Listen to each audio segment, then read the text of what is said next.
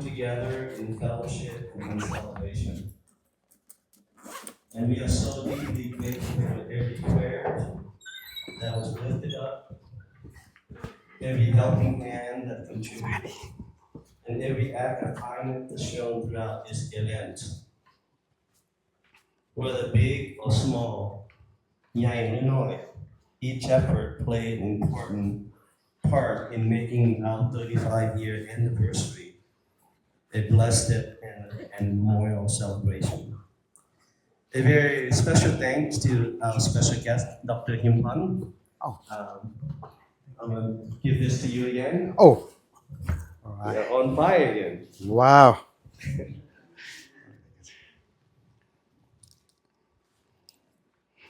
Yeah, Dr. Him Pan delivered a very powerful message that touched our hearts and challenged us to grow and encourage us all to remember who we are in Christ. Your message reminds us of the importance of moving forward in faith, unity, and in humility as we continue to serve the Lord together. Thank you for your words of wisdom, encouragement, and inspiration that will stay with us as we continue this journey together All right. as one family in Christ. So may God richly bless all the ladies, all the men, all the families, our guest speaker, and everyone who served in any way. May He reward you in your labor of love, strengthen you, and continue to pour out His grace, His peace, and abundant upon each and every one of you and your family. Thank you from the bottom of our hearts. We pray in Jesus' name, amen. Amen. All right, let's invite our youth to come up and we'll sing and praise together. Bless us, the Lord, oh my soul. All right, thank you.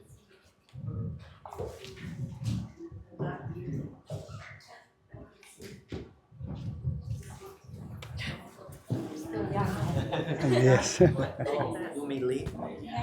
You may lead. May you want to lead?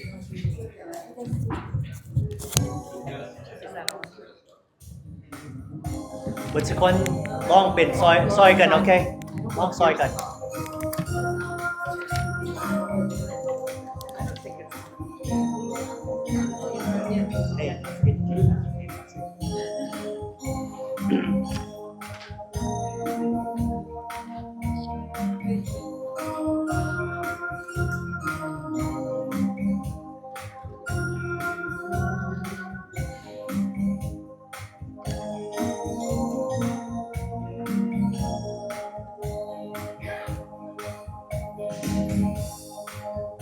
The Lord, oh my soul,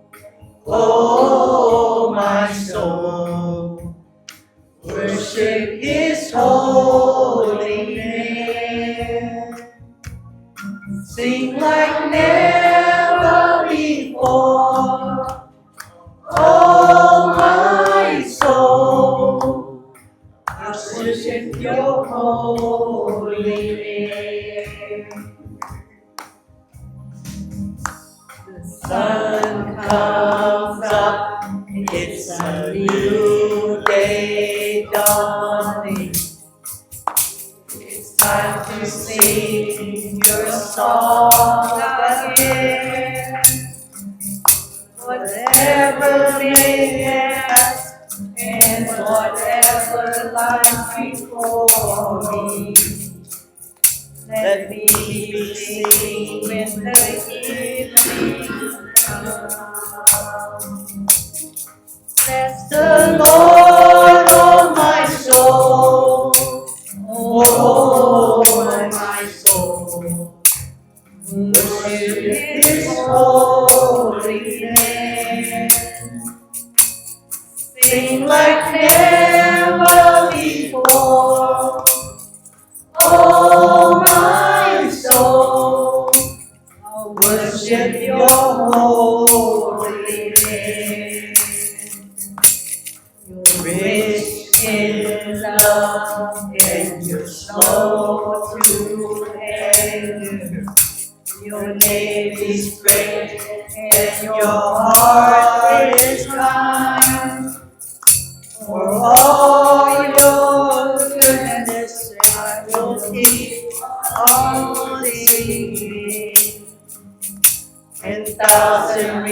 Jesus, my heart shall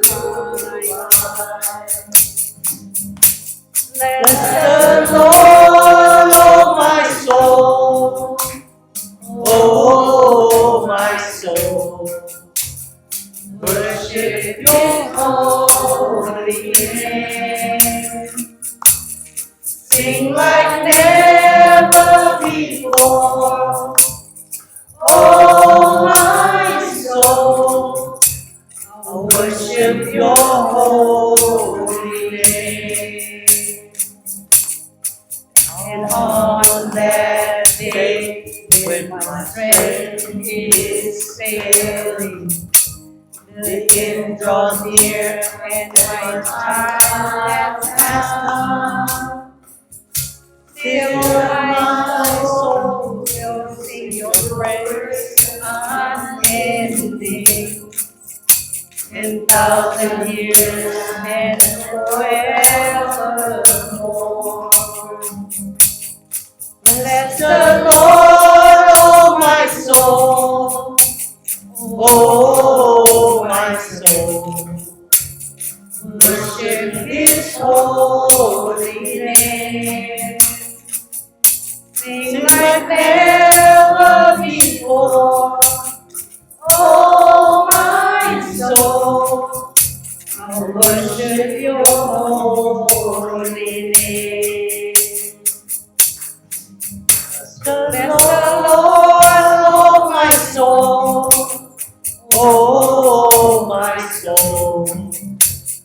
worship your holy name. Sing like never before, oh my soul, I worship your holy name. Jesus, I worship your holy name.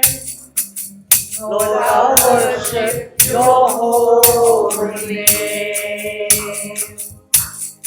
Sing like never before, oh my soul, I worship your holy name. Jesus, I worship your holy name. I worship your holy name.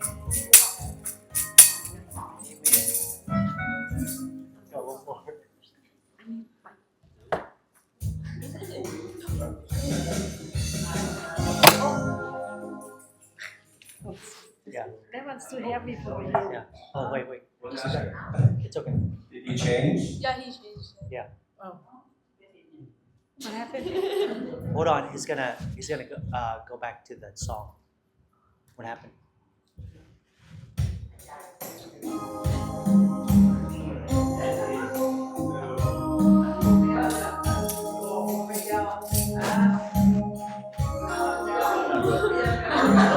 Okay. Long name. Maybe they want to analyze. เป็นตัวเนาะมีแต่คนอยู่ทางโมโหอ่านมาคำลาวมันสิลีดแบบใด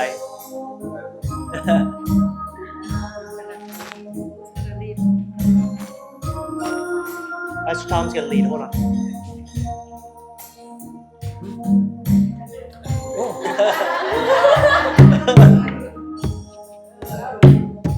Ready, Pastor Tom? He's got it. I need now under your wings. Cover me within your mighty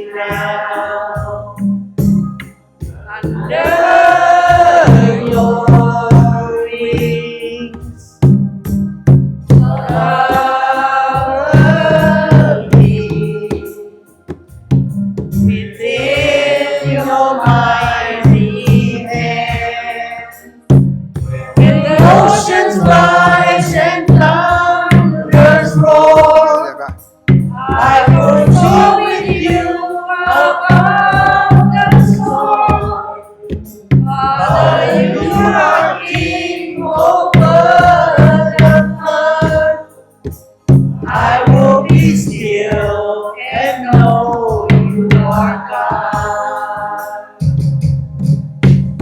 I rest my soul in Christ alone. Know His power in quietness and trust. When the oceans rise and thunders roar, I will soar with you above the storm. Father, you are King over the flood. I will be still and know you are God. ฟังเสียงตัวนั้น The oceans rise and thunders roar. I will soar with you above the storm. Father, you are King over the flood. I will be still and know ใช่ก่อน you are God.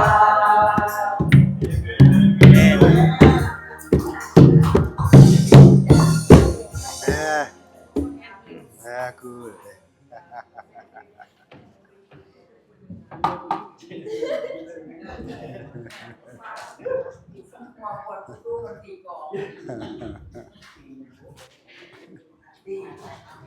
กำลังเรียนเนาะ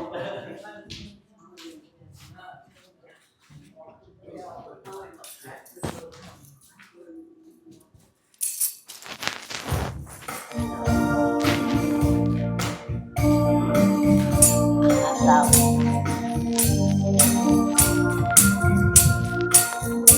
ชิญพี่น้องของพวกเฮาลุกยืนขึ้นเนาะเพื่อถวายเกียรติพระเจ้าของเฮาในตอนเช้ามื้อนี้เนาะ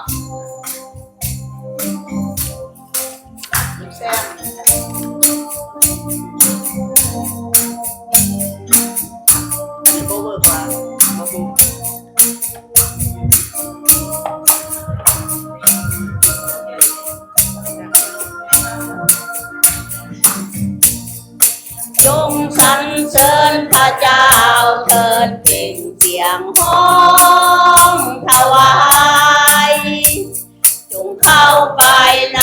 พระวิหารและนามัสการพระอ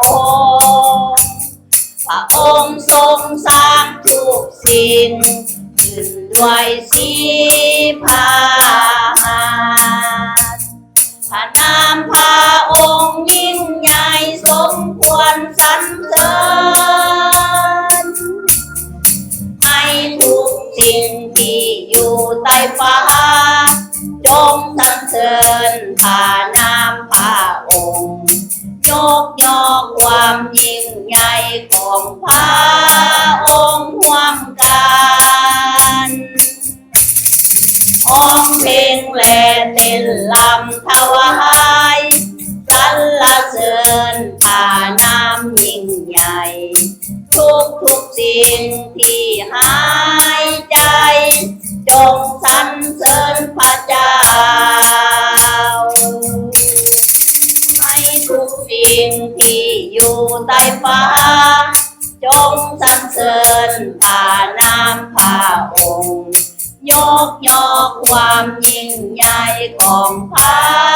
องค์ร่วมกันร้องเพลงและเต้นรำถวายสรรเสริญพระนามยิ่งใหญ่ทุกสิ่งที่หายใจจงสรรเสริญพระเจ้า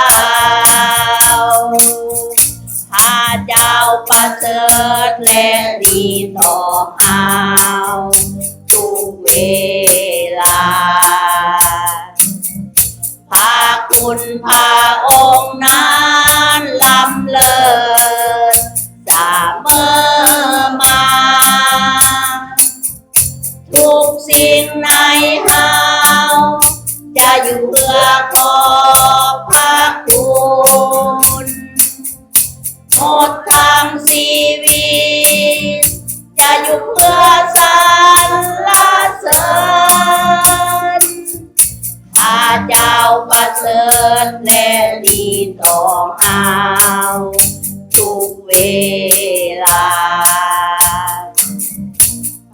คุณพระองค์นั้นล้ำเลิศเสมอมา ทุกสิ่งในเฮาจะอยู่เพื่อขอบพระคุณหมดทางชีวิตจะอยู่เพื่อสรรเสริญเชิญพาวิญญาณพระเจ้าสถิ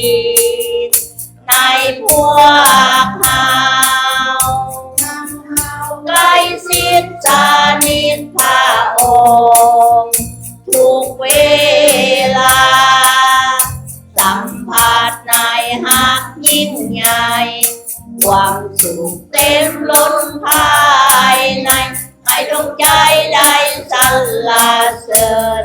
พระองค์แม้นว่าเฮาพบความทุกข์ใจและอาจบั่นไหวมีใจท้อลงบ่ต้องยานหมดหวังและทุกข์ใจพาคิดยาวอยู่เคียงข้างเฮาเรื่อยไปอยู่ในความหาอยู่ในพระคิด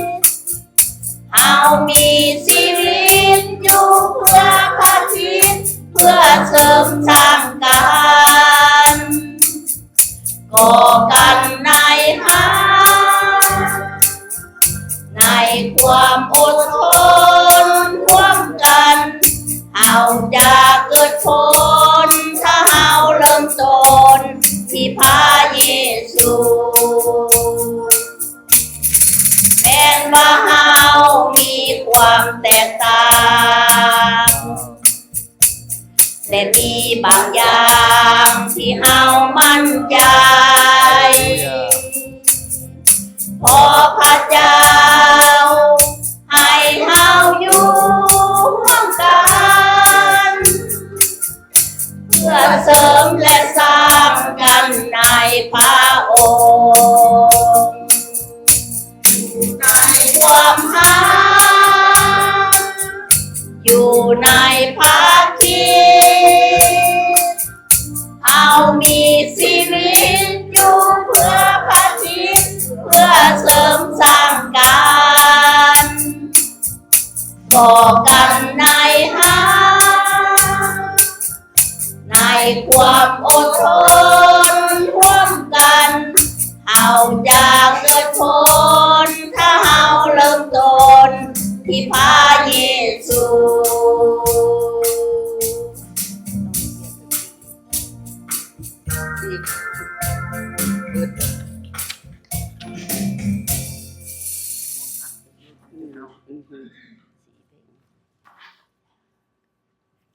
พี่น้องเขายังยืนอยู่เนาะยังอีกเพลงหนึ่ง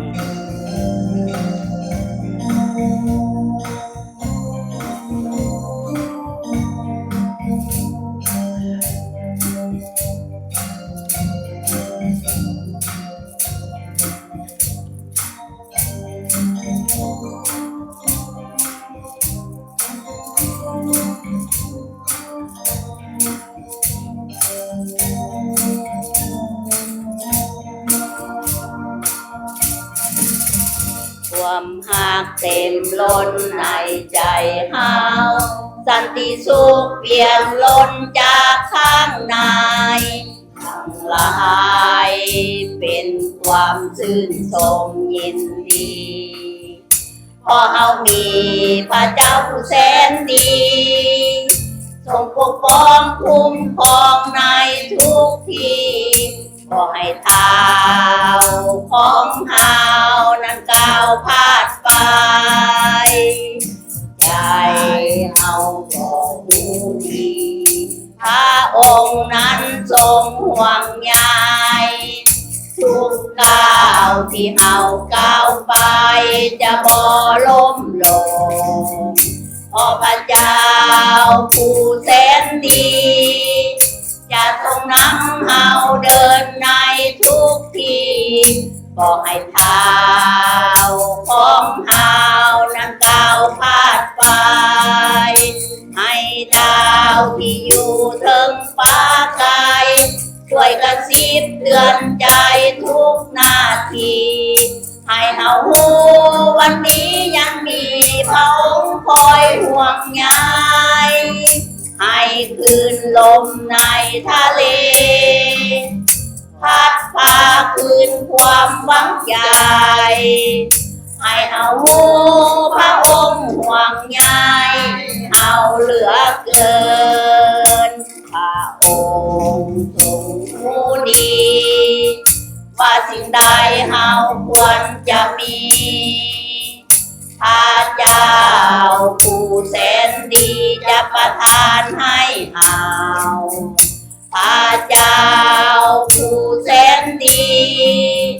จะทรงนำเฮาเดินในทุกที่บอกให้เท้าของเฮานั้นก้าวพาดไปให้ดาวที่อยู่เทิงฟ้าไกลช่วยกระซิบเตือนใจทุกนาทีให้เฮาฮู้วันนี้ยังมีพระองค์คอยห่วงใยให้คลื่นลมในทะเลพัดพาคืนความหวังใยให้เฮาฮู้พระองค์ห่วงใยเฮาเหลือเกิน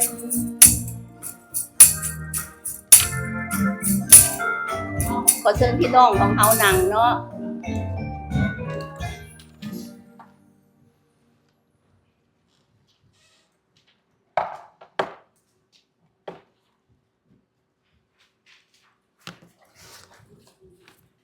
ขน้อยจะได้อ่านพระธรรมสู่นมัสการ พระผู้เป็นเจ้าทรงกล่าวว่าโลกและฟ้าสวรรค์เอ๋ยจงฟังสิ่งที่เฮาคือพระผู้เป็นเจ้าจะกล่าวว่าพวกเด็กน้อยที่เฮาเลี้ยงใหญ่แล้วได้เป็นกบฏต่อสู่เฮางัวควายมันยังฮู้จักเจ้าของล้อก็ฮู้จักบอนนายมันเอาไปเลี้ยงแต่อิสราเอลเอ๋ยไผพ้นของเฮาบ่ฮู้จักว่าไผเป็นเจ้าของพวกเขาเลยในเอสายาห์บทที่1ข้อ2ข้อ3นี่แม่นพระคำของพระเจ้าขอพระเจ้าอวยพระพร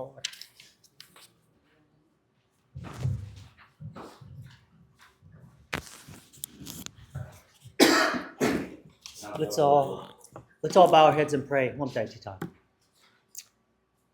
Thank you, Heavenly Father, for today, Father, this wonderful, beautiful day, Father, that we can come and worship you, Lord.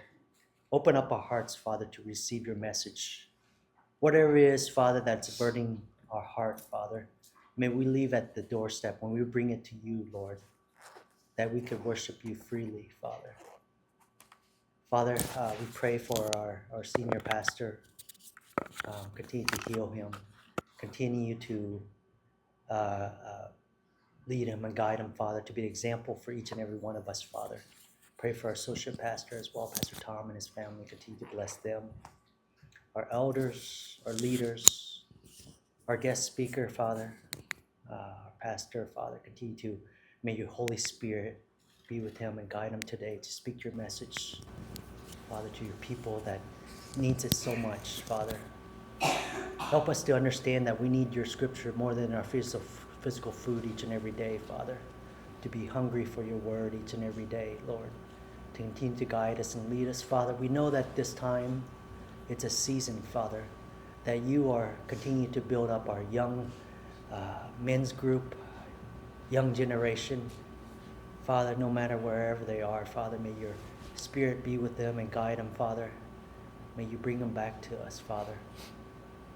Father, we thank you for all the hands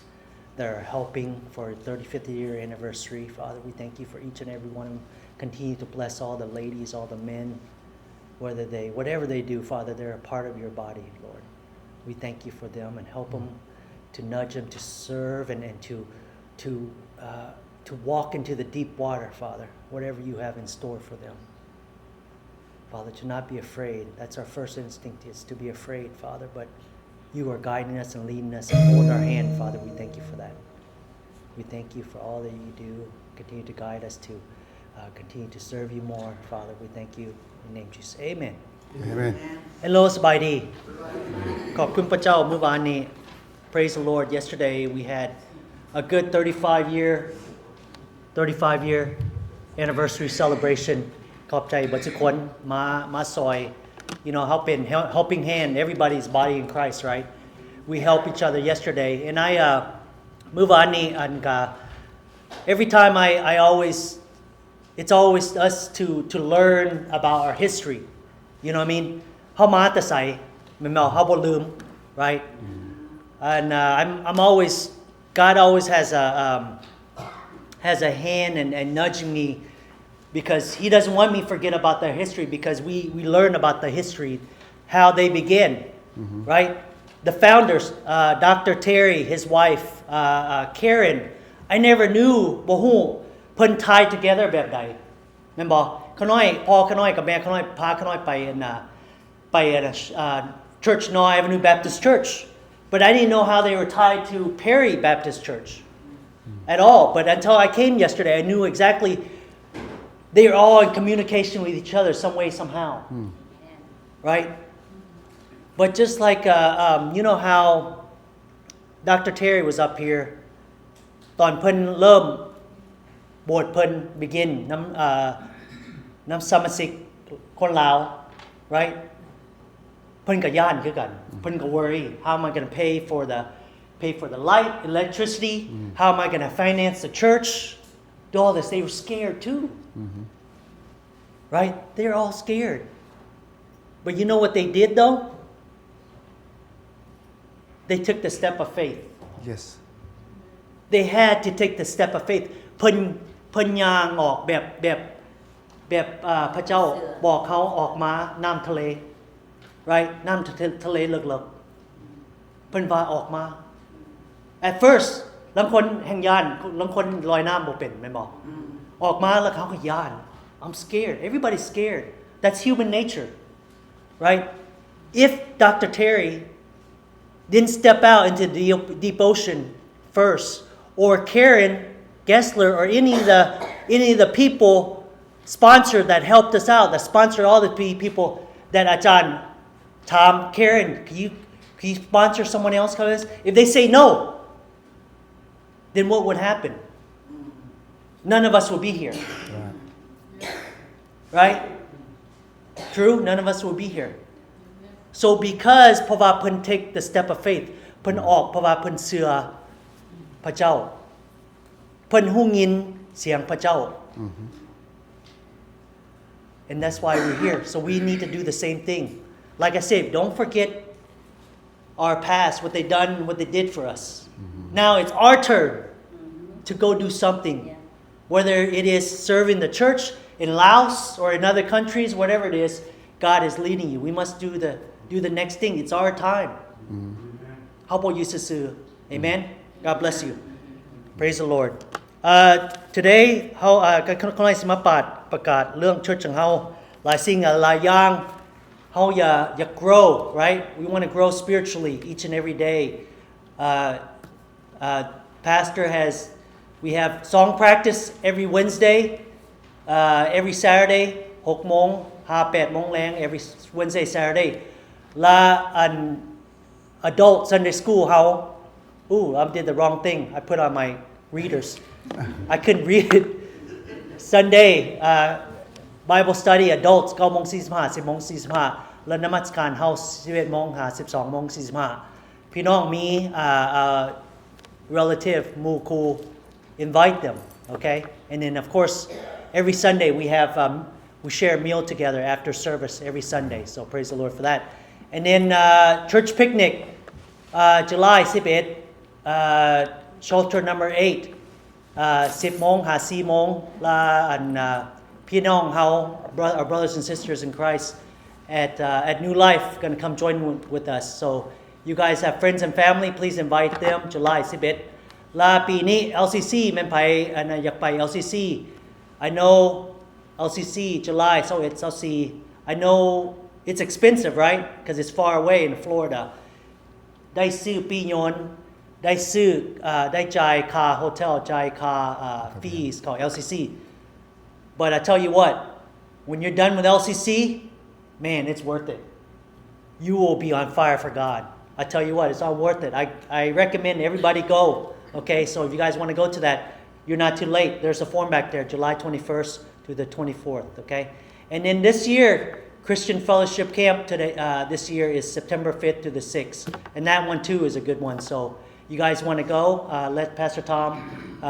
know and we could sign you up okay อาจารย์มีอย่างบอก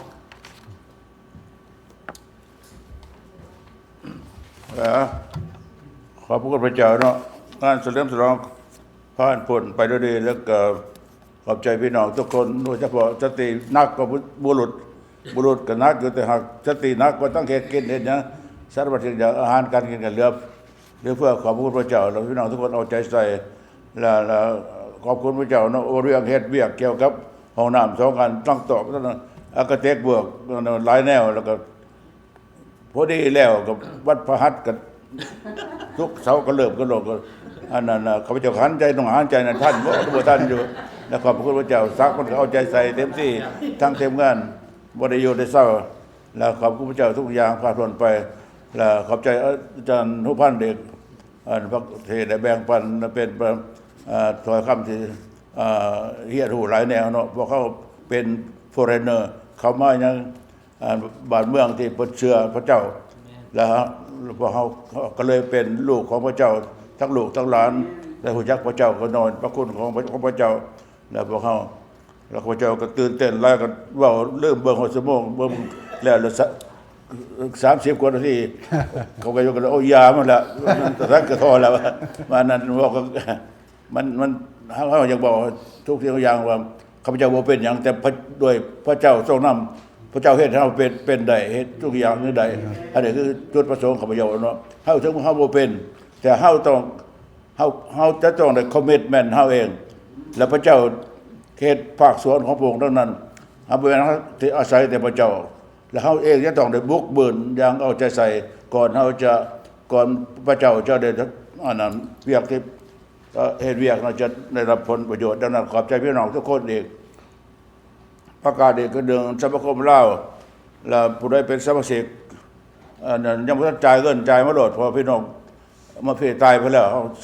อันนั้นเอาเงินมาให้ข้าพเจ้าโลดข้าพเจ้าเป็นผู้รับผิดชอบหลายคนยังบ่ทันหายเนาะดังนั้นอย่าลืมแล้วขอบใจหลายๆอีกเขาจะมีประกาศบ่เท่านั้นไม่ได้เตรียมจิตเตรียมใจพี่น้อง LCC บ่ทันได้ลงทะเบียนได้เดือนจูนนี่บ่เดดไลน์ได้แล้วจะข้าพเจ้าไปบ่ได้อยากไปจนหายห้องก็บ่ได้ไปบ่ได้เพราะข้าพเจ้ามันสุขภาพบ่เหมาะสมดังนั้นพี่น้องพากันลงทะเบียนแล้วก็พากันไปโลดแล้วจ่ายเงินนำหลังก็ได้โอเคข้าพเจ้ามีประกาศว่าซั่นนั้น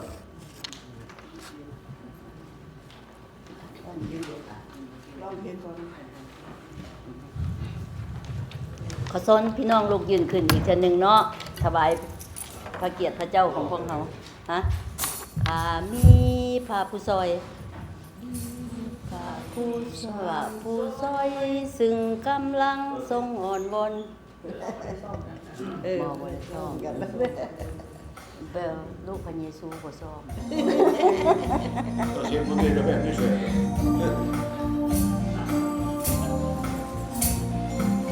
Coffee, my Lily Robert.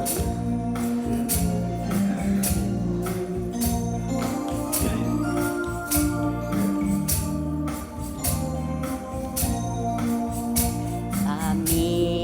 พระผู้ซอยซึ่งกำลังทรงอ่อนวอนอยู่ถึงว่าเพื่อนมาฟ้าละเดี๋ยวนี้พระเยซู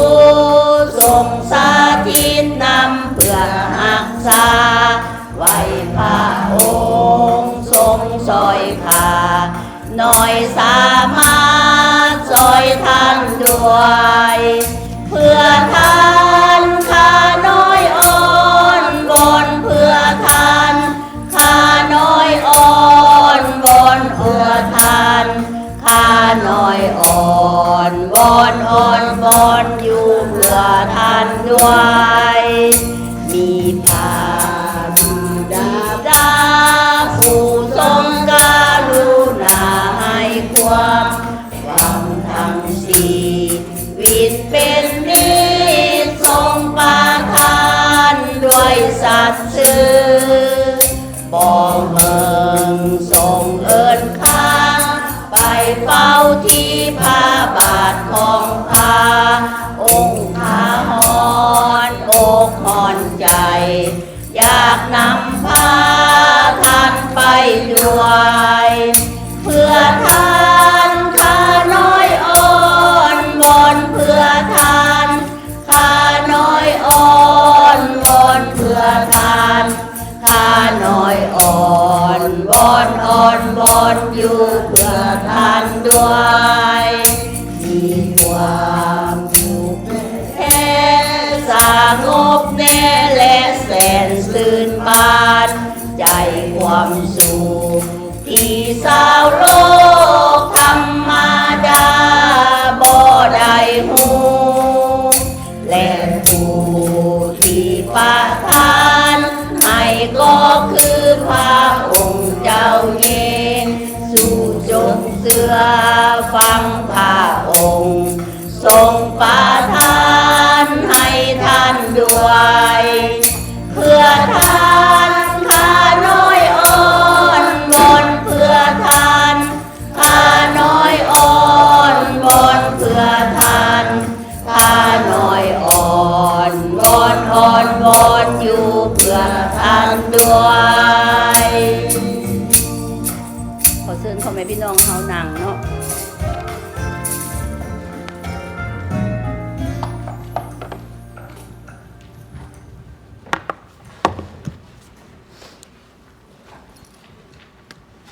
คณะจะได้อ่านพระคัมภีร์มัทธิวบทที่21ข้อ33หา40จงฟังคำอุปมาเรื่องหนึ่งอีกคือ มีเจ้าของสวนคนหนึ่งที่เฮ็ดสวนองุ่นเพิ่นได้เฮ็ดหัวอ้อมสวนไว้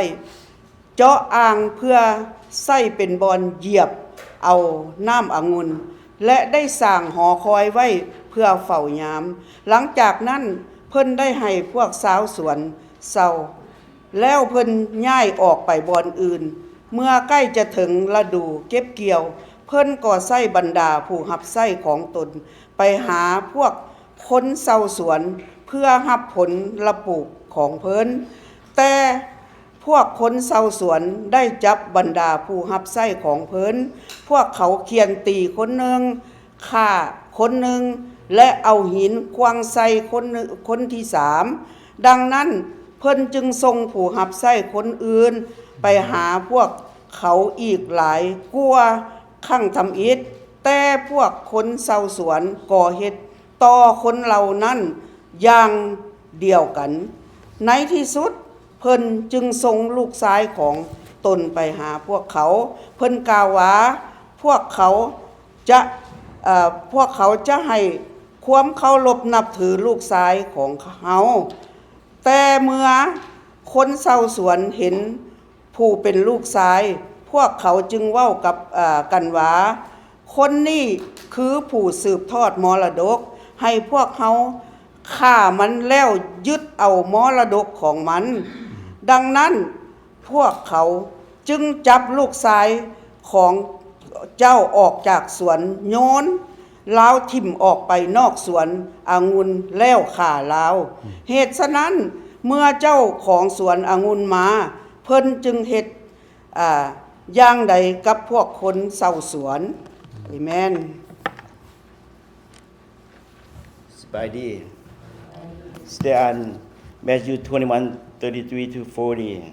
the parable of tension in the vineyards. Listen to another parable. Jesus said, there was one a landowner who planted a vineyard, put a fence around it, dug a hole for wine press, and built a watchtower. Then he went the vineyard to Tianjin and left home on the trip. When the time came to gather the grapes, he sent his slave to the Tianjin to receive his share of the harvest. The Tianjin grabbed his slaves, beat them one, killed another, and stoned another. Again, the man sent another slave more than the first time, and the Tianjin treat them the same way. The last of all, he sent his son to them. Surely they will respect my son, he said. But when the Tianjin saw the son, they said to themselves, "This is the owner's son. Come on, let's kill him, and we will get his property." So they grabbed him, threw him out of the vineyard, and killed him. Now, when the owner of the vineyard come, what will he do to those tensions? Jesus asked. This is Jesus' word. Thank you.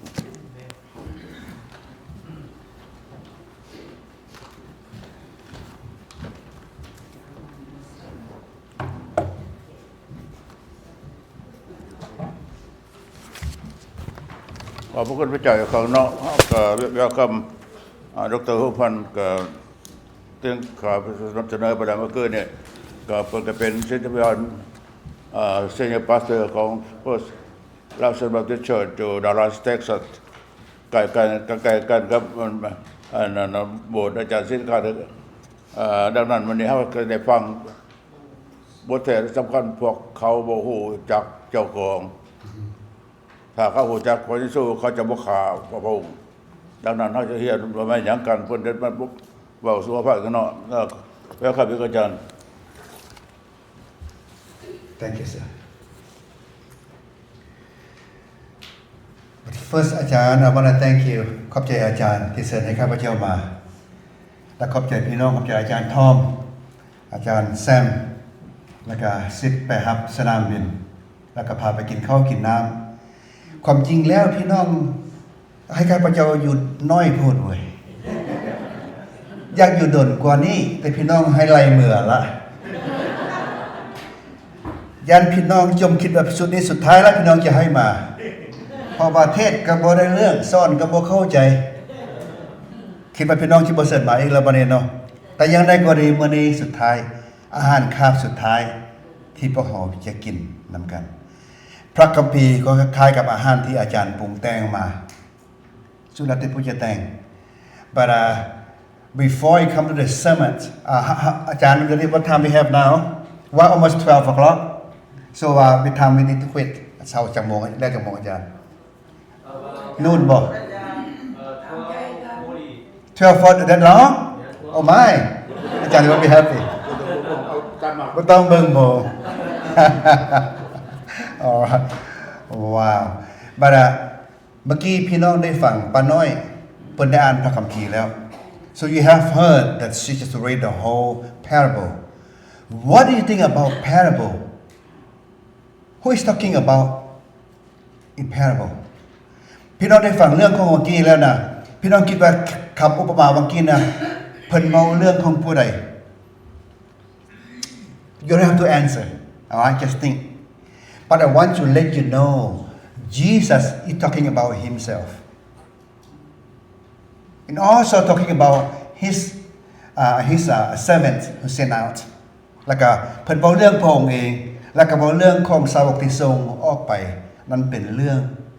ทั้งหมด Thank you honey Thank you God bless you เพิ่นเห็นอาจารย์ผู้เฒ่าต้องกินน้ำก่อนเด้ So because we are old อาจารย์ we take the water first So I'm not doing my live Facebook this morning because I don't want to interfere from the church. The church they have a live Facebook FLBC Dallas will be broadcast there every Sunday, and also Wednesday I teach the Bible on Wednesday. So that when I teach Bible 9:30 from Dallas, Texas, it will be broadcast to US, Canada, Australia, Thailand, and Laos and China. So that we thank God that a couple people in China baptized after that I teach online. ข้าพเจ้าได้ใส่ Facebook Live FLBC FLBC stand for First Laotian Baptist Church Dallas FLBC Dallas. So in the morning we broadcast live broadcast and Wednesday I teach the Bible because my major is Bible. I went to Bible college. My major is Bible. I know nothing about nothing else but only Bible. I teach the Bible, I talk about Bible and apply. That's all I do. So that if you want to, on Wednesday we can do that. พี่น้องเบิ่งข้าพเจ้าคิดว่ามีเวลาสอนออกไปหั่นน่ะป้าเพิ่นก็เข้าไปช่อง3คนบทนี้เข้าไปข้าพเจ้าสอนส่วนหลายก็สอนพระคัมภีร์เพราะว่าข้าพเจ้าเป็นนักเรียนพระคัมภีร์บ่ได้เรียนเรื่องอื่นบ่ฮู้เรื่องอื่นฮู้แต่พระคัมภีร์นั่นล่ะบ่พระคัมภีร์แล้วก็มาใช้ชีวิตพระคัมภีร์มาใช้ชีวิตดังนั้นคนที่เบิ่งถ้าอาทิตย์นึงแล้วก็จะบ่ต่ำกว่า 1,000 คนเบิ่งแล้วก็บางแถวก็ฮอดเกือบ 2,000 คนเบิ่งพี่น้องเพราะว่าอาจจะเป็นบทเรียนสำหรับเขาเจ้าเฮาก็บ่ฮู้แต่ถ้าพี่น้องเห็นว่าเป็นบทเรียนพี่น้องก็เบิ่งนํกัน Alright so let's go to this อาจารย์ let's see where are we on the point and อาจารย์ okay just point forward right อาจารย์ okay and I think แม่นบ่ I think you did that they don't know the owner เขาเจ้าบ่ฮู้จักเจ้าของ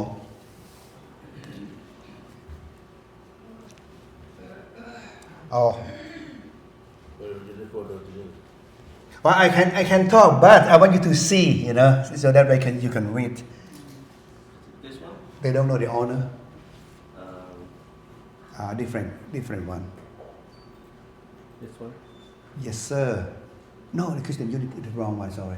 They don't know the owner. Yeah. Oh, okay. Sorry. ของดีมันต้องยักนิดนึงเนาะเพิ่นเลยมาใส่บ่เป็นหยังคิดว่ามันอยู่นี่ก็มีอยู่โอเค let's see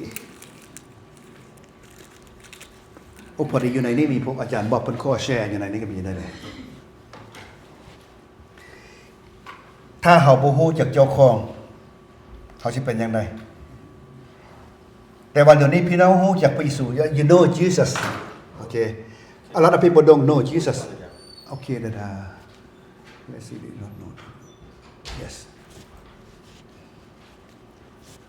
Thank you, sir. Thank you.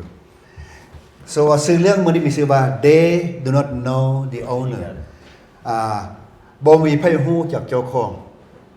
Let's see.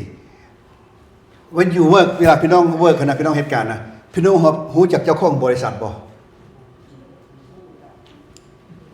Only a few knows.If you work in small company, good, thank you. But if you work for big company, for example, like a Walmart, you don't even know the owner, right? What will happen if the owner walk to Walmart? If you work for Walmart, how will you treat her or him? You probably don't even know her or him. Maybe he asks you to serve, you said no,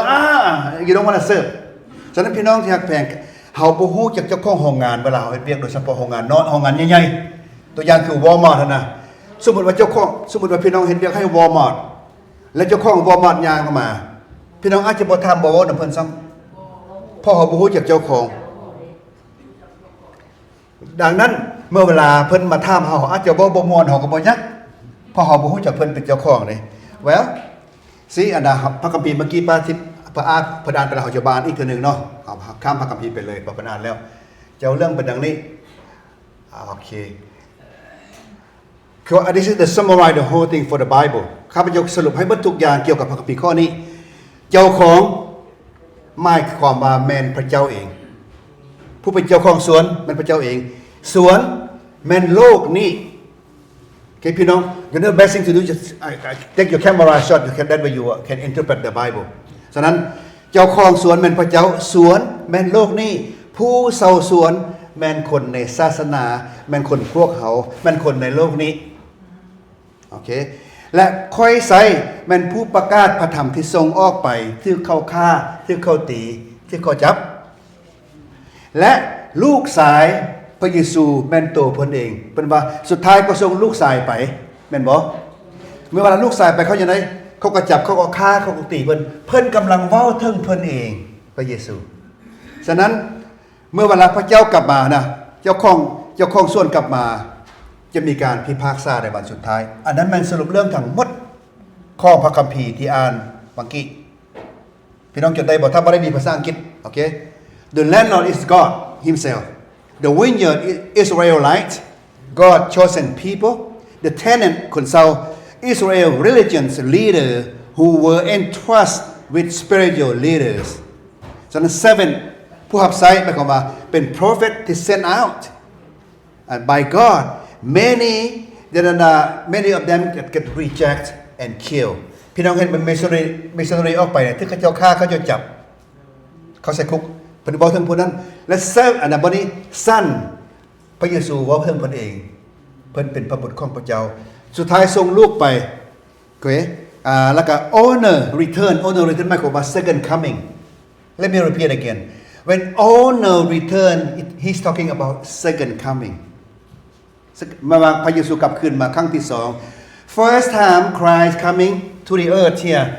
he came with very nice very polite invite you try to talk to you and me but second coming no more Mr. Nice are you following me ครั้งทำอิฐที่พระเยซูมานะเพิ่นคอยเว้าคอยว่าคอยแล้วก็เอาใจพวกเขาเพื่อเขาจะได้เชื่อในพระองค์บากใจในพระองค์บอกดีที่สุดจนถึกฆ่าถึกตีแต่กลับมาคืนมาครั้งที่2นะครั้งนี้บ่ได้มา nice ได้ครั้งนี้มาจี้เด้บัดเนี่ยเจ้าบ่เชื่อมาทางนี้เจ้าเชื่อมาทางนี้เด้บัดนี้นะบรรทุที่บ่เชื่อว่าขน้อยโคเชื่อเดี๋ยวนี้ too late อันนั้นพระเยซูกำลังเว้าถึงทั้งหมดเกี่ยวกับเรื่องนี้พี่น้องเข้าใจเรื่องมันบ่ได้เนาะ so you understand the whole parable now so living in the world don't know the owner เดี๋ยวนี้พวกเรากำลังอยู่ในโลกที่พระเจ้าทรงสร้างแต่บ่ฮู้จักว่าใครเป็นผู้สร้างเฮาก็อยู่แม่นบ่หลายคนในโลกนี้นะก็จะบ่ฮู้ว่าโลกนี้เป็นของพระเจ้าไดแต่เขาเจ้าก็อยู่ไปดังนั้นพี่น้องที่รักแปลง people live in God universe without knowing him อยู่ในแผ่นดินของพระองค์แต่บ่ฮู้พระองค์ say talking about this that every building have owner so every company have founder every creation have creator question about this พี่น้องถามพี่น้องทุกบอนนะพี่น้องตอนนี้นะตึกทุกตึกมีเจ้าของมันสิตึกห้างก็อย่า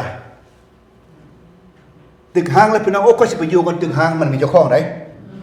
ดังนั้นน่ะ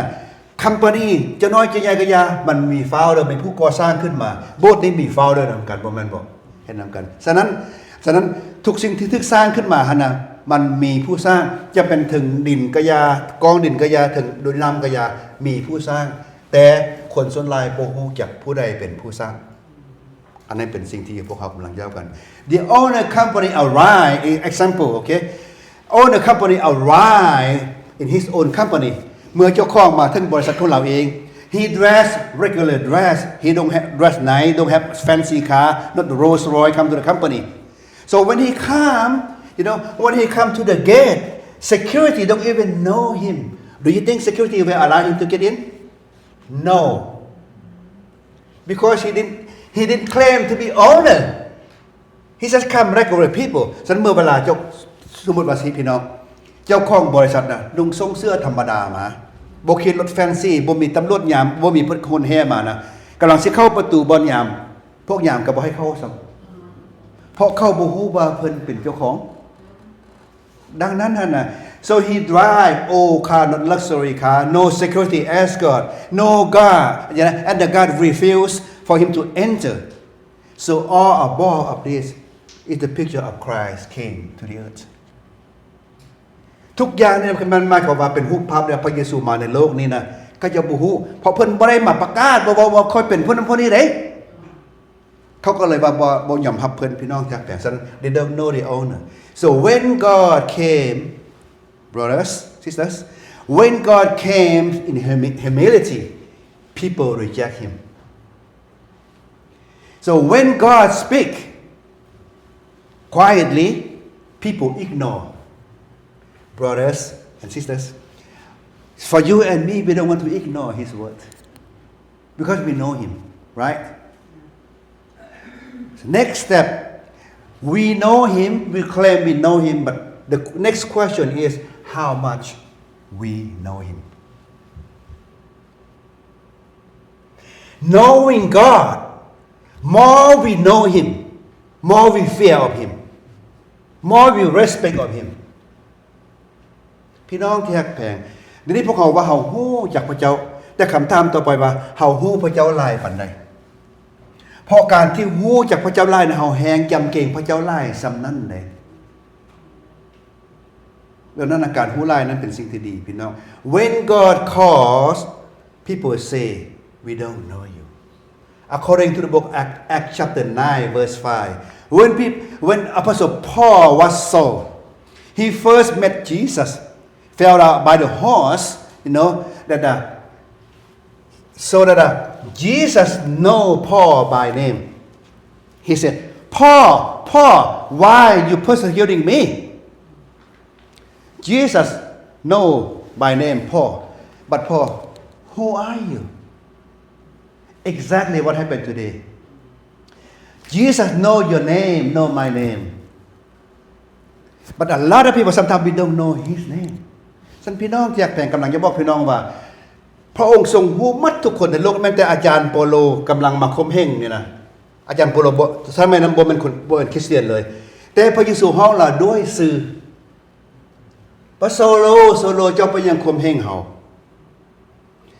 พระเยซูฮู้ชื่อเราจังได๋เพราะเราบ่เป็นคนของพระองค์อยากบอกพี่น้องฮู้ว่าคนที่บ่เชื่อพระองค์น่ะพระเจ้าฮู้หมดทุกคนเลยถ้าพระเจ้าห้องสื่อดังนั้นโปโลจะบอกว่าสำหรับพระองค์ได้พระองค์แม่นไผเสนอกำลังพระองค์แม่นไผเฮาแม่นเยซูฉะนั้นพี่น้องที่รักแพงดังนั้นเป็นสิ่งสำคัญว่าเฮาฮู้พระเจ้าหลายปานใด People fail to recognize God He is the owner มนุษย์บ่สามารถรู้จักพระเจ้าผู้เป็นเจ้าของพระเจ้า Because when the first born on the earth here they familiar with the world When I born, I see it like this. I don't know who he is. I only know my parents.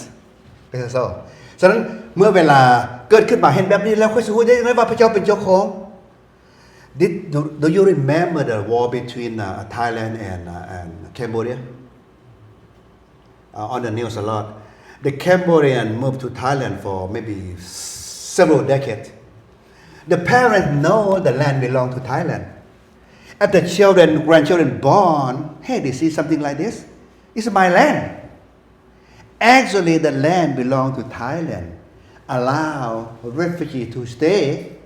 But the first, that the parents know, but grandchildren and children don't even know because they pass away. ทำนองเดียวกันพี่น้องเขาเห็นข่าวในประเทศไทยบ่ประเทศไทยกับเขมรก็จะเป็นศึกกันเนาะย้อนญาติดินกันคนเขมรเขาจะว่าดินค่อยพอค่อยเกิดมาค่อยเดี๋ยวนี้เราเด้อีพ่ออีแม่ก็บ่ได้บอกว่าดินผู้ใดได้ค่อยเกิดมาดินพ่ออีแม่ค่อยแต่ความจริงแล้วประเทศไทยให้เขาเจ้าอยู่สมัยเป็นอพยพหลายปีผ่านไปจึงบ่ฮู้ว่าผู้ใดเป็นเจ้าของคิดว่าตัวเองเป็นเจ้าของ The same way people today when they born on the earth here hey I don't know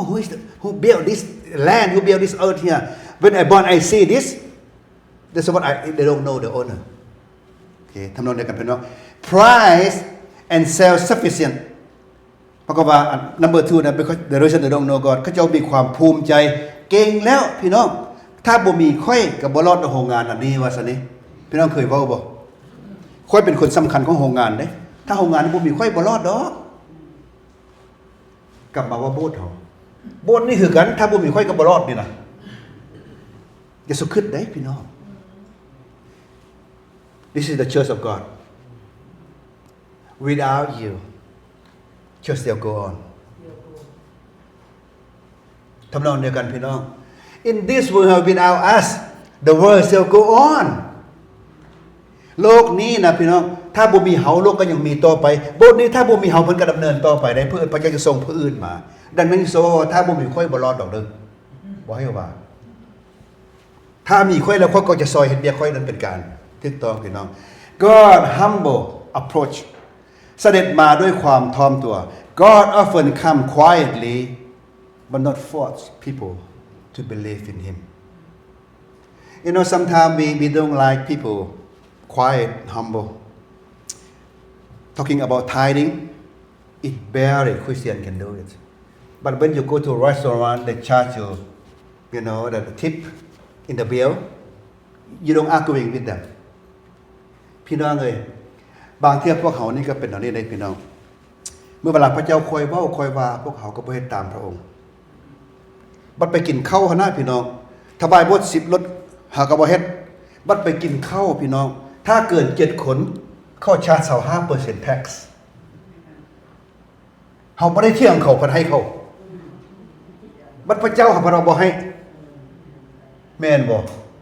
นั่นแหละพี่น้องแท้แปลคัน income tax เด้เพิ่นเอาเท่าไหร่เขาก็เที่ยงเพิ่นบ่ได้ให้เพิ่นหมดบัดแต่พระเจ้าเว้าดีๆเพิ่นบ่เฮ็ดดังนั้นแหละพี่น้องแต่อันนี้สำคัญหลายว่าพระเจ้าทอมตัวบอกกับเขาฉะนั้น spiritual blindness sometimes บางเทื่อพวกเขาก็บอดฝ่ายจิตวิญญาณ without revelation people cannot see who he is truly ฉะนั้นถ้าพระเจ้าบ่เปิดเผยพวกเขาก็จะบ่รู้ so what will happen to them upon the second coming according to we just read the Bible จะเป็นยังเกิดขึ้นพี่น้องเมื่อเวลาพระเจ้าเสด็จมาครั้งที่2กับพวกนั้นพวกที่จับค่อยใส่พระองค์ไปทิ่มไปฆ่าไปใส่คุกพวกที่ข่มเหงจะเป็นยังเกิดขึ้นกับพวกนั้น Jesus questioned when he wrote that you know he tell he questioned you know what will happen to those people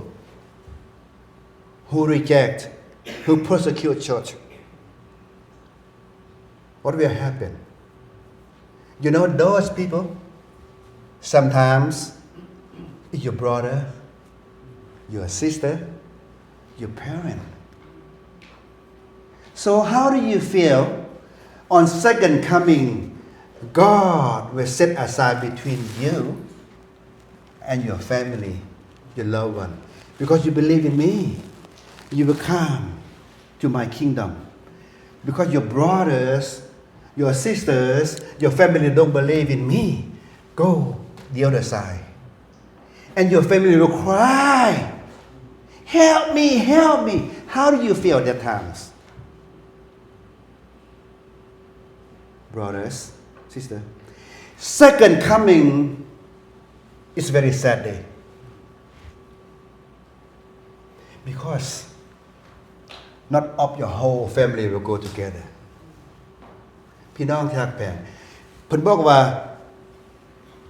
เพิ่นจะต้องลงโทษคนชั่วเหล่านั้นอย่างร้ายแรงและฆ่าทิ่มเสียแล้วยกส่วนองุ่นนั้นให้แก่ผู้อื่นเซาคือผู้ที่นำผลที่เก็บเกี่ยวได้นั้นให้เพิ่นถูกต้องตามฤดูกาลว่า I want to go back to our life for this moment อยากกลับคืนชีวิตพวกเรา so is your life fruitful so by the time to harvest Jesus sent his servant to pick some to get some tax from the tenant but the tenant don't give him so what about your life today are your life fruitful for the kingdom of God you've been in church for 5 years 10 years 15 years is your life fruitful to God what is fruit about a spiritual lifeมากผลของจิตวิญญาณเฮาเป็นอันใดพี่น้องที่รักแพง well of course you yourself grow and you born a baby แน่นอนว่าพวกเขาพี่น้องเฮาใหญ่ขึ้นแต่ว่าใหญ่ขึ้นแล้วต้องเกิดลูกเลยต้องมีลูกเลยเฮาเกิดผลบ่พี่น้องที่รักแพงอยากเบิ่งคริสเตียนที่ว่าเจริญก้าวหน้าพี่น้องเบิ่งผลของเรา everything have fruit see by fruit measure by fruit ฉะนั้นพวกเขาจะวัดแท้กันด้วยมากผลที่เกิดขึ้นในชีวิตเราพี่น้องที่รักแพงถ้าชีวิตพี่น้องบ่เคยเกิดดอกออกผลในสวรรค์ของพระเจ้านะพี่น้องจงถามตัวเองว่าเป็นยังข้าพเจ้าจึงบ่เกิดดอกออกผล maybe you need to need more water more Bible more get a question with a Christian come to church regularly it might be บางทีพวกเขามาบวชเป็น10ปี20ปีพี่น้อง แต่บ่ได้เกิดผลเพราะเฮาอยู่ห่างไกลจากพระเจ้าเฮาบ่ได้หดน้ำเฮาบ่ได้ใส่ปุ๋ยดังนั้นล่ะเฮาจึงเป็นเช่นนั้นเวลากลับคืนมานี่ตัวเฮาเองจะพ้นอยู่พี่น้องแต่ว่าถ้าลูกเฮาบ่พ้นเมียเฮาบ่พ้นพวกเฮาบ่พ้นเฮาสิเป็นจังได๋เฮาบ่อยากให้มันถึกโทษแม่นบ่พี่น้องจากแปลงดังนั้นฉะนั้น who are they ก็ต้องถามว่าเป็นไผได้พวกนั้นน่ะเขาบ่นั้นเป็นไผเขาบ่เนี่ยเขาบ่ฮู้เพราะบ่มีไผบอกเขา they don't know the owner because nobody tell them a lot of people don't even hear the gospel for first time in life มีหลายคนได้พี่น้องบ่เคยได้ยินเรื่องของพระเจ้าในชีวิตของเรา you know my brother and I Dr. Boone and I so we are the pastor we are sharing the gospel but our mom not believe in God but how can we tell mom well so we pray about this and we talk about it how can we share the gospel to mom because mom have sit here come to our church come to my brother church I'm talking about many years ago not recently so she hear the sermons but she just come to this ear to out from this ear แม่เคยได้มาโบสถ์พี่น้องสมัยหลายปีประมาณนั้นฟังฮู้นี้ก็ออกจากฮู้นี้บ่เคยได้ยินแต่เฮ็ดจังได๋อย่าให้แม่เชื่อพระเจ้าเฮาจึงหาวิธีนำกัน you know I want you to learn this brother okay two things บอกกับแม่ว่าแม่เอ้ย number 1นะว่าแม่เอ้ยลูกอายุสำเร็จแล้วก็เฒ่าแล้วข้าพเจ้าบ่อยากว่าแม่ตายเด้อลูกก็ย่านบ่ฮู้ว่าลูกสิตายเมื่อใดแต่ก่อนลูกสิตายอยากเว้าให้แม่ฟังเด้อเรื่องนี้ถ้าว่าแม่ตายแม่สิเสียใจเด้ก่อนหน้าลูกตายลูกสิบอกให้แม่ฟังดังนั้นพี่น้องไปบอกกับเพิ่นบอกสินะก่อนหน้าเขาสิตายเนี่ยเขาอยากบอกให้เจ้าฟังก่อนลูกเอ้ยหลานเอ้ยแม่นบ่เพราะว่าเขาเจ้าฮู้พี่น้องมาบวชแล้วขอให้เว้าแด่อันที่1อันที่2บอกกับว่าแม่ขอเวลาได้จัก5นาทีเว้านำแม่เกี่ยวกับเรื่องพระเจ้าโอ้ยพวกเกี่ยวกับเว้าพอแห้งแล้วเด้อย่าโบดนั่นน่ะบ่ว่าแม่อันนั้นเฮานี่เว้ากับผู้อื่นแต่เดี๋ยวนี้เฮาอยากเว้ากับแม่โดยตรงนะอันที่2ให้พี่น้องถามบอกพี่น้องว่าค่อยโคเวลาที่จัก5นาทีได้ให้ค่อยเดี๋ยวเว้าให้พี่น้องเว้าในบอนสำคัญที่สุดนะอยู่สุเป็นเล่ามาตั้งแต่ปฐมกาลมันยาวโพดเว้าบอนสำคัญที่สุดแล้วสุดท้ายถามแม่คิดว่าจังได๋แม่เฮ็ดเชื่อพระเจ้าบ่พี่น้องก็เอานี้ไปใส่เช่นเดียวกันหลังจากไปถามลูกถามหลานถามไปกระยาที่บ่เชื่อว่าจะมาคู่ฮักแพงกันนะนำเบอร์1ก็บอกว่าค่อยเฒ่าแล้วก็ใกล้สิตายแล้วให้ข้อข้อบอลของเจ้าได้นำเบอร์2ก็ข้อเวลาของเจ้าได้5นาที5นาทีหมายความว่าให้เจ้าปากหมดทุกอย่างบ่ต้องให้ยังมาฟังนั่งฟังค่อย5นาทีทีวีก็หมดบอลทีวีบ่เบิดเด้เฮาค่อยเว้าได้5นาทีเฮาพยายามเอา5นาทีมาเว้าสิ่งที่ดีที่สุดเว้ากับเพิ่นและสุดท้ายก็ถามเพิ่นแม่อยากเชื่อพระเจ้าบ่ถ้าแม่อยากเชื่อพระเจ้าแม่เชื่อได้เดี๋ยวนี้เลยลูกจะนำพาแม่เชื่อพระเจ้าแม่อ้อนวอนบ่เป็นครอบครัวอ้อนวอนบ่เป็นเพราะเพิ่นบ่เคยมาพูดค่อยจะนำพาเจ้าอ้อนวอนให้เจ้าบ่นำลังค่อยให้ว่าจังซี่ให้สารภาพว่าข้าน้อยเคยผิดบาปเชิญพระเยซูเข้ามาในใจมื้อนี้เป็นต้นไปข้าน้อยจะเชื่อพระองค์เจ้าข้าน้อยจะบ่ปากบ่ทิ้นหมายความว่ามื้อนั้นเพิ่นเป็นคริสเตียนแล้วพี่น้องอันนั้นจะบอกพี่น้องสุดท้ายเช่นนี้ในตอนนี้ข้าพเจ้าได้ร่วมกับเพชรสิคนโบสถ์เฮาเพิ่นก็บอกว่าเพิ่นก็มาโบสถ์ดนเติบ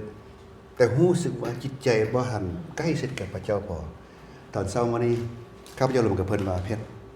เนื่องจากว่าเจ้าบ่ได้ถวายตัวถ้าถวายตัวแล้วพระเจ้าจะใกล้ชิดกับพระเจ้าพระเจ้าจะอยู่ใกล้กับเจ้าเพชรอยากเสริมมาทางนั้น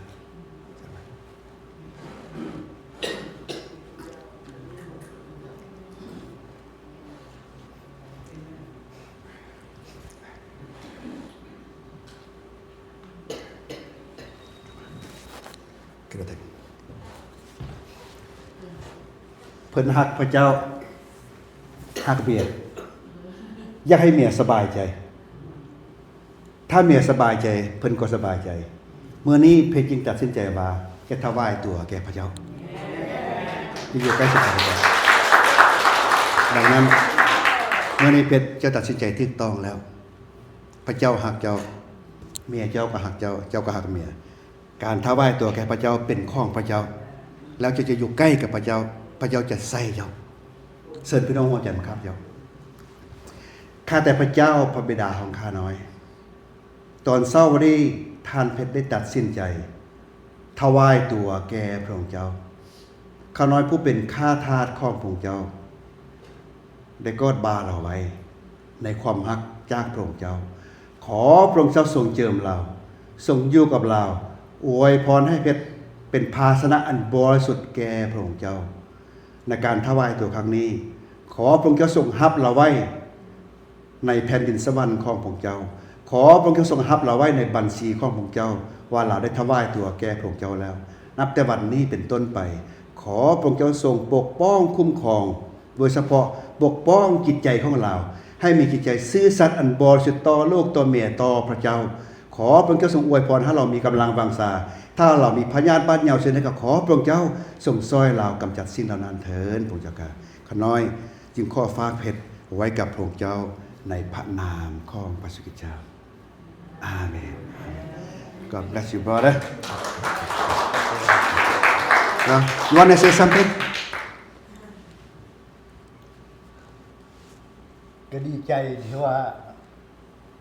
ได้ฟังคำดีๆคำสอนเจ้าก็เห็นมาหลายเทื่อแต่ว่าก็ฟังมาอยู่ตลอดแต่ก็บ่ฟังความคือว่ามาถามอาจารย์ว่าเป็นหยังจึงบ่อยากฟังความบ่เอาความดีความดีๆบ่ฟังเพิ่นเลยถามว่าต้องถวายไหนๆเฮาเฮ็ดได้บ่เฮาอยากมีชีวิตรอดที่ดีเพราะว่าผ่านมาเขาก็ยังหนุ่มเขาก็เนาะลิ้นกินแบบที่ว่าทำชีวิตบ่เหมาะสมก็ได้ไปแต่ว่ากับมากับมีหลายคนที่ว่าเป็นตัวอย่างอยู่ในเชิดแต่เขาก็พยายามอยากเป็นคือเพิ่นสมมุติลุงเป็นแก้วบอกข้าน้อยก็เคยมามุงหลังคาเชิดตัวนั้นแล้วก็อยากทำตัวเป็นคนดีเป็นคนที่ว่าเอาลุงเป็นแก้วเป็นตัวอย่างแต่ว่าคนไทยมาเขาก็ละเลิงไปติดกันพนอกพนันหรือว่าไปกินเหล้าเมายาพ่อหลอกไปอย่างไป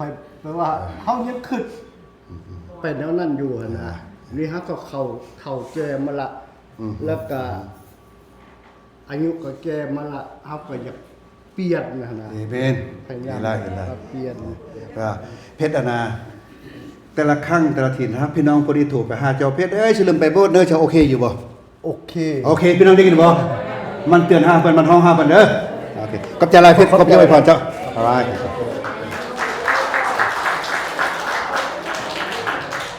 alright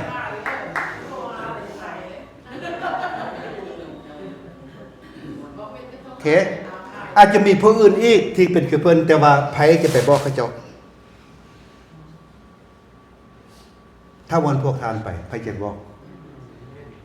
แล้วกันถ้าบ่ไปมื้อนี้มื้อใดจะไปเด้อพี่น้องเด้อ so last word คำว่าสุดท้าย always remember where are we coming from how did we get here and where are we going after this เฮาเป็นไผมาจากไสมาถึงจุดนี้ได้อย่างไรและต่อไปจะไปไสข้าแต่พระเจ้าพระบิดาขอบพระคุณพระองค์เจ้าสำหรับโบสถ์หลังนี้สำหรับทานเพชรตัดสินใจถวายตัวแก่พระองค์เจ้าขอพระองค์เจ้าทรงนำพาเราต่อไปอวยพรโบสถ์หลังนี้ให้เจริญก้าวหน้าอวยพรอาจารย์เทนให้เพิ่นมีสุขภาพอันแข็งแรงถึงมันฮู้เพิ่นบ่ได้ยินแต่จิตวิญญาณเพิ่นได้ยินเสียงของพระองค์เจ้าเสมอขอทรงโปรดประทานสติปัญญาความสามารถและพี่น้องเรานี้เช่นเดียวกันขอ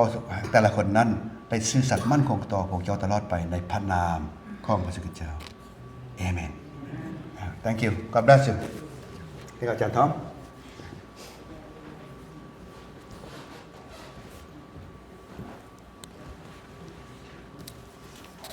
Amen. Oh, sorry. exactly time แม่นบ่ผมเฮาเว้ากันพอดีเด้12องศาเลย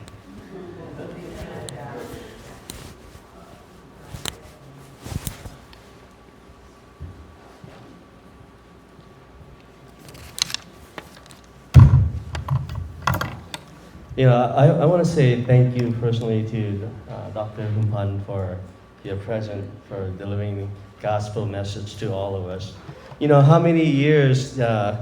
we have gone being dry. You know, we have seen people come and go. But to see a couple people dedicate their life to the Lord this past weekend, praise the Lord and thank you for bringing the gospel to all of us. And we will continue to pray for you, Brother Pet, and also pray for Banom as well. She dedicated her life to Christ, and she want to continue to follow Him. And we are so blessed to have you with us. And I'm sure that, you know, the scripture reminds us that when one or two turn their life to Christ, the host of angels in heaven praising the Lord. Amen. You know, and we want to give God the glory for that.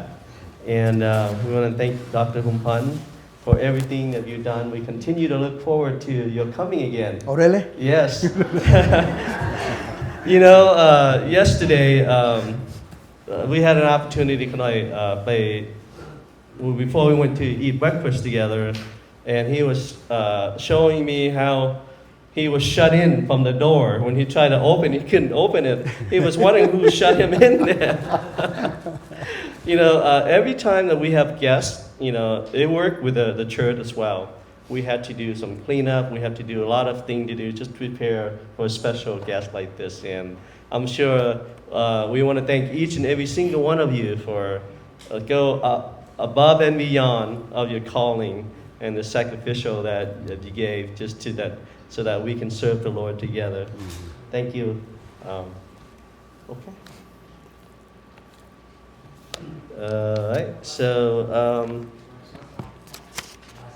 ถวายศัพท์เนาะถวายศัพท์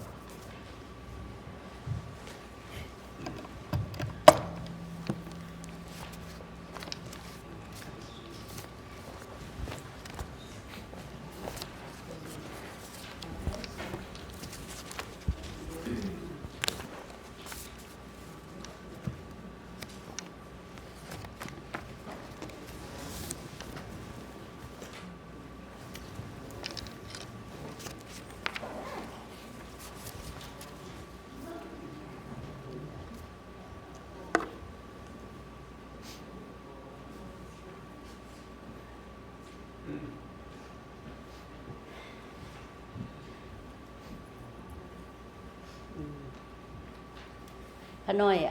คันขน้อยเพิ่นให้ขน้อยอธิษฐานเพื่อทรัพย์ยามใดขน้อยก็อยากแช่เนาะสุภาษิตบท11ข้อ24เพิ่นขน้อยจำอยู่เสมอขน้อยเฮ็ดหยังเรื่องของพระเจ้าขน้อยต้องเอาบทนี้มาสอนขน้อยเองแล้วก็อยากให้พี่น้องเอาไปอ่านอันนี้มันเป็นพระคำของพระเจ้าเนาะบ่แม่นขน้อยเว้าเองเด้อพี่น้องให้ไปเปิดอ่านสุภาษิตบท11ข้อ24ยิ่งให้ยิ่งมีพี่น้องยิ่งขี้ที่ยิ่งทุกข์จน โอ้ย ถ้าเฮามีใจเพื่อแผ่ชีวิตของเฮายอมเจริญรุ่งเรืองอันนี้แม่นพระคำของพระเจ้าแท้ๆให้พี่น้องเอาไปอ่านสุภาษิตบท11ข้อ24เด้ออันน่ะอันนี้ขน้อยก็อยากแซ่เนาะอันน่ะขน้อยขอบคุณพระองค์เจ้าเพราะว่าพระเจ้าเป็นเจ้าของเฮาเด้เพิ่นเป็นผู้สร้างเฮาเพิ่นผู้อวยพรเฮาทุกอย่างมาจากเพิ่นเนาะฉะนั้นขอให้เฮาร่วมจิตร่วมใจกันอธิษฐานเพื่อทรัพย์เนาะโอ้สาธุการค่ะแด่พระบิดาเจ้าผู้สูงสุดบนฟ้าสวรรค์พระบิดาเจ้าค่ะในตอนเช้ามื้อนี้หมู่ขน้อยได้มอบเพียงแห่งหน้ากันมาร่วมกันเพื่อสรรเสริญความยิ่งใหญ่ของพระองค์เจ้าเพื่อสรรเสริญพระผู้สร้างหมู่ขน้อยพระผู้สร้างโลกอันนี้พระบิดาเจ้าค่ะและบ่นั้นพระองค์เจ้าก็ยังอวยพรชีวิตของหมู่ขน้อยให้หมู่ขน้อยได้ยับเข้ามาใกล้พระองค์เจ้าให้หมู่ขน้อยได้มีเวียกเฮ็ดงานทำให้หมู่ขน้อยได้นำทรัพย์จำนวนหนึ่งที่พระองค์จะมอบให้พวกขน้อยนั้นให้หมู่ขน้อยได้งำคืนทรัพย์เหล่านั้นกลับคืนมาถวายเพื่อพระคลังของพระองค์เจ้าเพื่อพวกเฮาจะได้ พระองค์เจ้าจะได้นำทรัพย์ดังกล่าวนั้นไปทำภารกิจของพระองค์เจ้า Yes ผู้ที่ทุกข์ยากขัดสนยังมีมากมายพระบิดาเจ้าค่ะ เพราะฉะนั้นทุกสิ่งทุกอย่างนี่ข้าน้อยเชื่อและข้าน้อยไว้วางใจในพระองค์เจ้า ขอให้พระองค์เจ้าอวยพรผู้ที่นำเงินจำนงมาถวาย หรือผู้ที่บ่มีมาถวายก็ขอพระองค์เจ้าอวยพรเพิ่นให้เพิ่นได้นำทรัพย์ดังกล่าวนั้นกลับขึ้นมาพระคลังของพระองค์เจ้า Hallelujah พระบิดาเจ้าค่ะ เพราะฉะนั้นในทุกสิ่งทุกอย่างนี่หมู่ข้าน้อยขอขอบพระคุณพระองค์เจ้าขอมอบทุกสิ่งทุกอย่างนี่มาในการทรงนำของพระผู้เป็นเจ้าคือองค์พระเยซูคริสต์เจ้าอาเมน Amen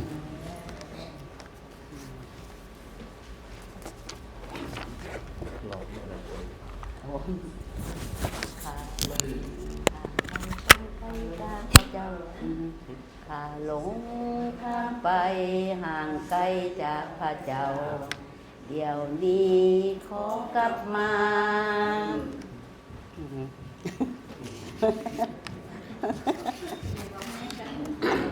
มาซ้อมกันพระเจ้ายิ่งใหญ่พระเจ้ายิ่งใหญ่จานเด้อขอพี่น้องลุกขึ้นยืนเนาะเพื่อเฮาสิถวายพระเกียรติของพระเจ้าอีกเทื่อหนึงเอา ดีเป็นมันถึงแต่จังซ่าหลาย หล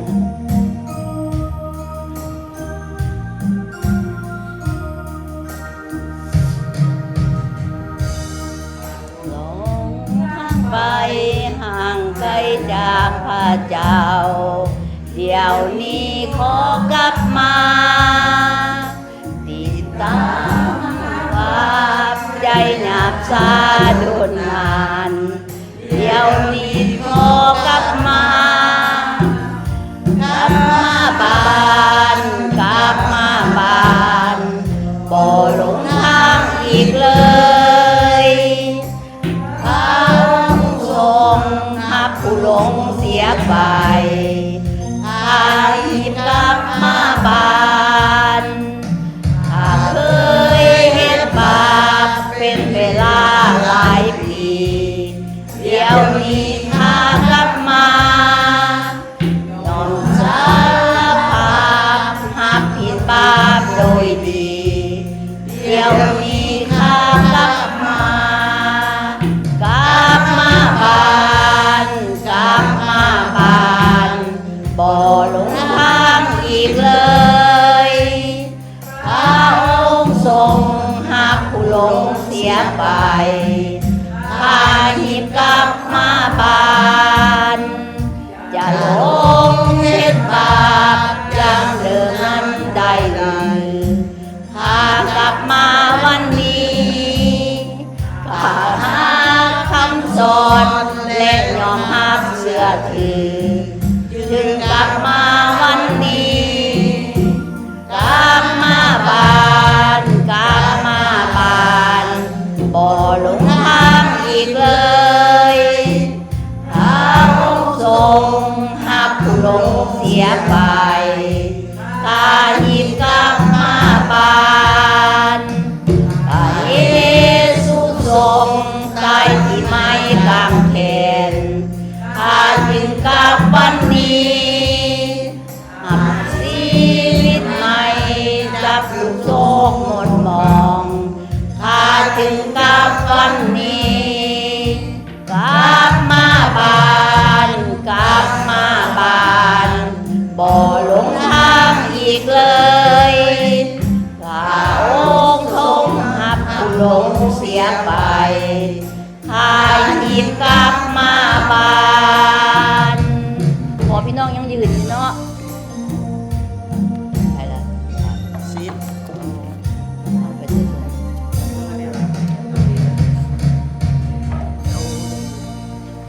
Amen. I enjoy my dad just looking around what's going on. Praise the Lord. Let's all bow our heads and pray to close service. Thank you, Lord. Oh man, for today, Father, for the message that you spoke through Reverend Umpire. Thank you so much for the word of encouragement, Father, to want to continue to seek you, draw closer to you each and every day, every moment of our lives, Father. Life is never too busy for to have a relationship with you, Father. help continue to bless him and continue to use him, Father, to touch more and more of your lost people, Father, all over the world, Father, and his family, his brother, his mom, Father. And Father, continue to bless and guide the ones that have accepted you, Father, that take the step of faith to want to sacrifice their lives, Father, to accept you as Lord and Savior. Bao Phet and Panom, Father, continue to guide and lead them and help us also too, Father. Each and every one of us has a responsibility to continue to encourage them, to nourish them, and to continue to uplift them, Father, to help them in their walk with you, Father, to draw closer to you. Continue to guide us all, Father, as a congregation, Father, to know that we are all sinners, Father, no matter who we are, Father, because we've been here 5 years, 10 years, 20 years, whatever it is, Father. We are not perfect by any means. We are all sinners, Father, that needs you, Father, as our Lord and Savior, to want to draw closer to you, who is the owner of this world, Father, to bring our brothers and sisters that are lost, that are walk away from you, Father, to draw them closer to you more and more, Father. We thank you for today. We thank you for all your blessing, Father, because everything in this world belongs to you, not us, Father. Continue to help us to be a vessel, to be used by you. Thank you, Lord, for today. Thank you for your blessing. In Jesus' Amen. Amen. ขอวันทุกคนมาถ่ายรูปกันbig picture together อาจารย์ให้เพิ่นไปยืนอยู่ ถ่ายรูป take a picture take a picture take a picture โอ้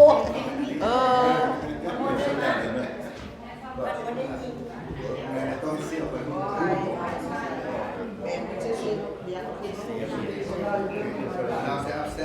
Stay better. Someone go ahead.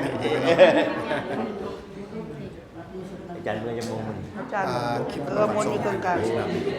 อาจารย์ก็มนอยู่ตรงกลาง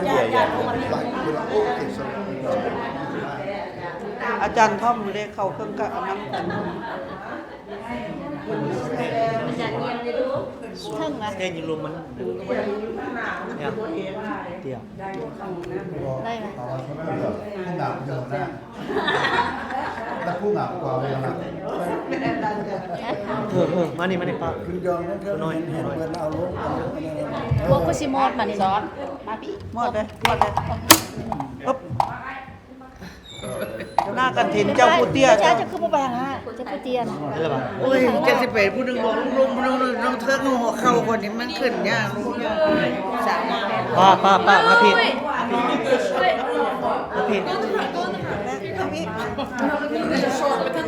ป้ามาผิดป้าพิมพานำ โอเคผิด เทิงบอกให้ลุงนี่ก็มาเขามานี่มีกล้ามาเขามาพิมพ์จริงน่ะเขามาเห็นบ่เห็นกล้ามาบ่เห็นกล้ามาบ่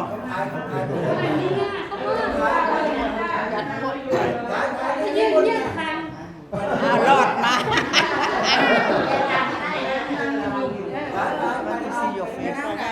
ฟังนี่นี่ ยืนยูนิค นี่บอกโอเค ตัวหน้าแล้ว ต้องเห็นน่ะ แจ้ว คุณมันล่างเนาะ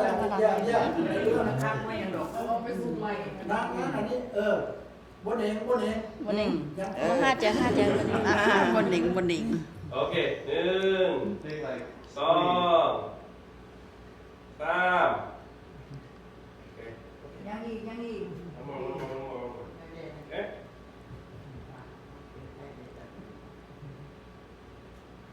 You ready? 1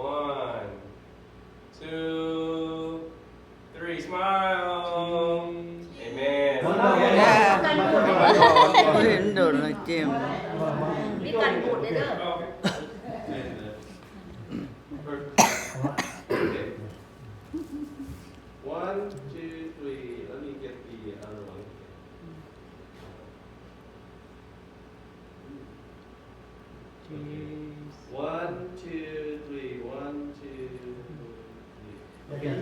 take one more. Okay. Okay.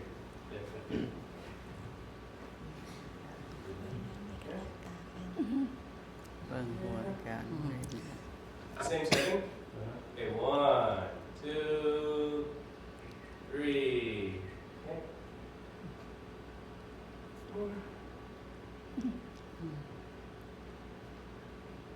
Okay. 1, 2, 3, smile.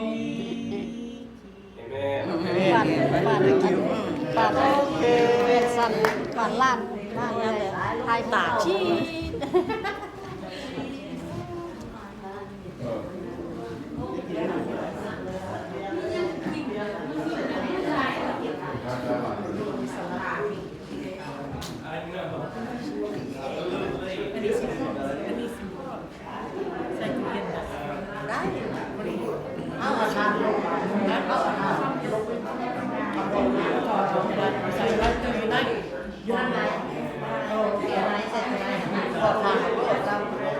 มันจะบ่นี่บ่ก็กับเขาไม่แล้วไม่มันจะพอดีของเฮาก็ไปใส่อันนั้นน่ะเฮาก็ไปใส่ตู้ตัวนั้นแหละตัวอย่างมันของหลายไปจะดีแล้วมันยังมันยังหนามมาสติขนาดนักร้องซอย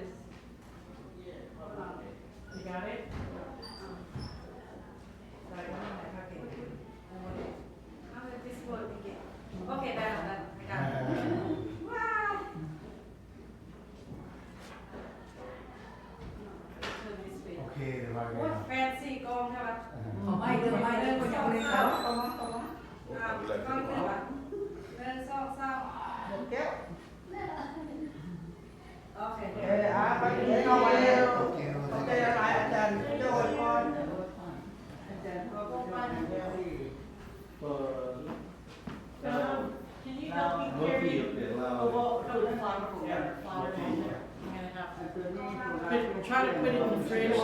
hear it. This one Yeah. so pretty Yeah. ใจหลายๆการมาให้ทุกสองคนดีใจหลาย Huh? ดีใจภูมิใจเพราะว่าพวกเคย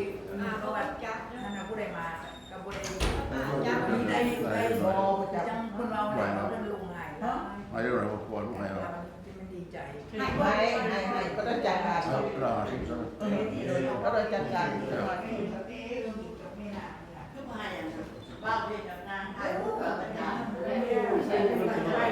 ลงตาราง นั่นก็ดีเนาะ ไม่ใช่ในเมืองอ่ะเขา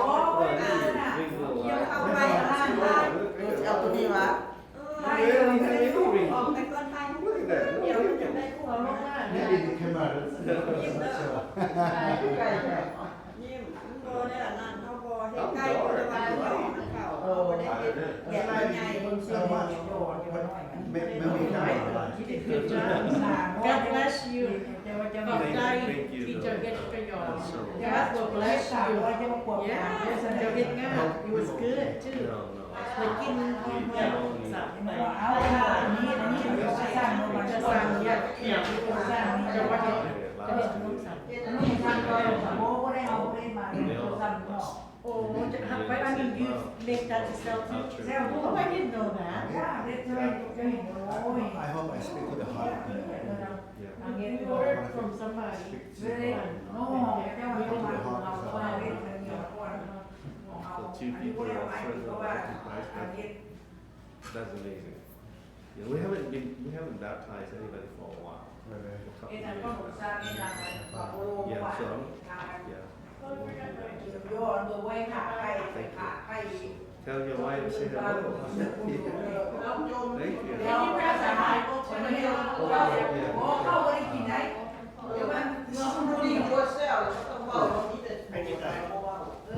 Please go get my camera up there. Here's Tom, this is yours.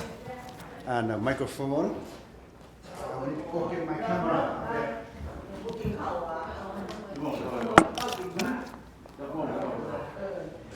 เพื่อว่า3 โมง